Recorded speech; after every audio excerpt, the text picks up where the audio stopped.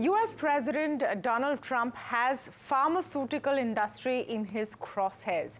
He's been threatening pharma tariffs for quite a few days now, and last evening announced through an executive order that pharma prices in the United States will be brought down drastically. Now, just a couple of lines of context. In the United States, high drug prices is a huge political issue. It is a problem that the citizens of that country face. And if you do a peer-to-peer comparison on specific drugs, yes, people in the United States pay several times more than other people around the world for those drugs. Now, what Donald Trump is saying is that he's going to have a most favored nation kind of a situation where people in the US will pay the same rate as the lowest rate paid globally for that particular drug.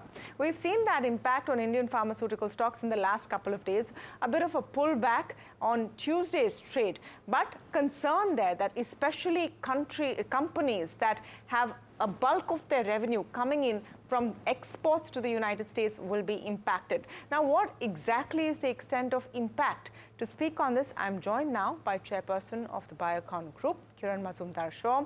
Kiran, thank you so much for speaking with us. Always a pleasure to have you on. How did you decode what President Trump was trying to say? If you recall, Tamanna, reference pricing was something that was discussed and introduced during President Trump's first term. And this has always been a concern for the Trump administration. And of course, I think even, the HHS Secretary Robert Kennedy echoed President Trump's concerns about the disparity in pricing between various developed markets and the US. He especially called out Europe. He also referenced Australia. He gave a couple of examples of how products that cost X in US are priced at almost like 90% discount or 80% discount in Europe and Australia. And he wants to equalize this, as he calls it. So I think the target is Big Pharma. I think Big Pharma has, basically subsidized or cross-subsidized US pricing with the European pricing. But having said that, I think President Trump also called out the middleman, and he basically meant the PBMs and the wholesalers who also basically keep drug pricing up. So despite the discounting that happens on drugs, patients have to pay a lot more. And I think he's trying to attack this in a two-pronged way. So it does not, of course, impact, generics or biosimilars by any stretch of imagination, because these are the products that are being sold to the US at a lowest cost. So there, I don't think reference pricing counts. But I think what he is really concerned about are the innovator drug pricing policies, where he asks them as to why is it that companies supply the same product from the same plant at two different prices, one for Europe and a much higher price for US. So I think you have to look at it in that context. So I'm not really concerned about it impacting Indian pharmaceutical companies in any way. No, but why not, ma'am? Because there are several Indian pharmaceutical companies who are also providing innovative drugs. It's not only generics. So yeah, but those are basically APIs, okay? And APIs will not fall under the reference pricing, category. Generally, you look at reference pricing for drug products. So I just believe that the real challenge is going to be for the Big Pharma as a whole. And if you saw some of the comments and reactions from Big Pharma, you can see what it means for them. I mean, Roche themselves said that they will have to rethink investing in manufacturing in the US if drug pricing is going to hit their profitability. So I think these are concerns that Big Pharma has, and you heard the president and RFK saying that the pharma lobby is so strong in the US that they've allowed this to happen for too long. So I think there's a real concern about differential pricing. And he clearly called out the developed world and he said, I'm not going to include the developing world in this because they need better pricing in the developing world. So he's not looking at reference pricing in the developing world, but he's looking at developed world reference pricing. So that reference pricing, and ma'am, this is just for us to understand. Reference pricing would indicate that whatever price that drug is sold in India, he's saying equalize it with the United States. He doesn't want to do that. No, That's fine. but he's not calling out India. He's saying, I'm not going to include developing world reference pricing. I'm only looking at developed world reference pricing. Is he clearly articulated that? Tamanna, you should listen to his his broadcast. If I can just complete the point I was making. So that's the reference pricing bit of it. But when you refer to big pharma, why would companies like, say, Sun Pharma, Biocon not be clubbed in the view of the Trump administration as big pharma at all? Because we supply biosimilars and generics. And these products come under the Affordable Care Act. And he has clearly talked about bringing affordability into the US healthcare system. And I think Robert Kennedy kept emphasizing that.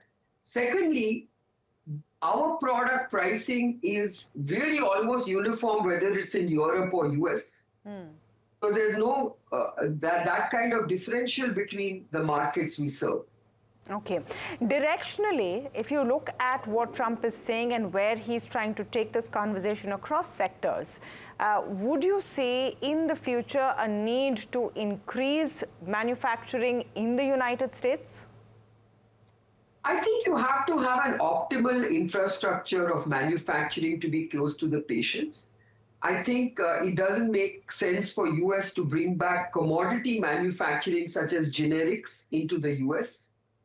So I don't think they're really concerned about that.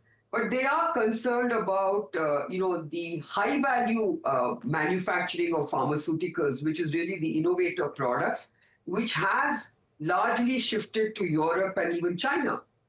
And I think that's what they want to bring back to the US.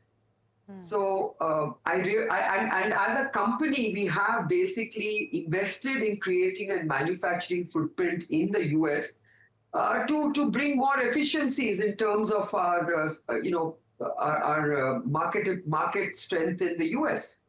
So if you look at what we've done in the recent past, we've acquired a solid dosage facility in New Jersey. Syngene has recently acquired a biologics facility in Baltimore. And we also recently announced a very big insulin partnership with Civica to manufacture certain insulin analogs in the US. And I think we will invest, in these very measured but calibrated ways to make sure that we play very strongly in that market. I'm going to come back to this point, and I'm reiterating it because this is a core concern of analysts and on the street today. You have referred to generics and biosimilars in one category from the POV of how the Trump administration is looking at it. But is there complete clarity that the Trump administration will not look at higher priced biosimilars in the same bucket as the drugs that they need to target and bring down prices for? I'm absolutely sure of that. I think what you need to also understand is there's a difference between tariffs and pricing, okay? Now, what we have to look out for is there going to be any tariffs levied on pharmaceutical products from India? And there, I believe that, again, we will probably have a soft landing like the UK had, because I think it hurts them to increase generic pricing. Because I think, the whole 80% of their prescriptions by volume are generics, and that's what is keeping their costs down. So to levy, a tariff on generics doesn't really help them very much. But I think levying to discuss price reduction is really the way they're looking at the pharmaceutical industry. So let me come to the tariff question as well, because we're yet to hear the last word on tariffs.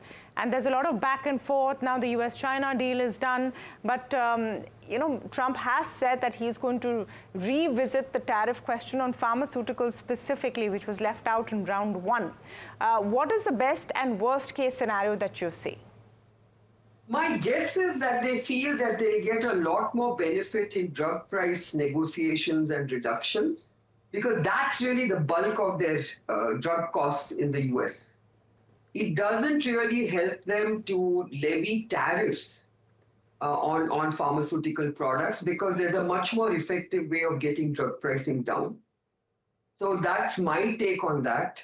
Of course, there are many other segments that they will try to levy a tariff on, because they're very concerned about automobiles, they're very concerned about agriculture, and many other such products. But I don't really believe that the pharmaceutical industry really will give them a huge benefit of levying tariffs. So I think they are really focusing on drug pricing to reduce the bill of healthcare. And I think that's the right approach they've taken.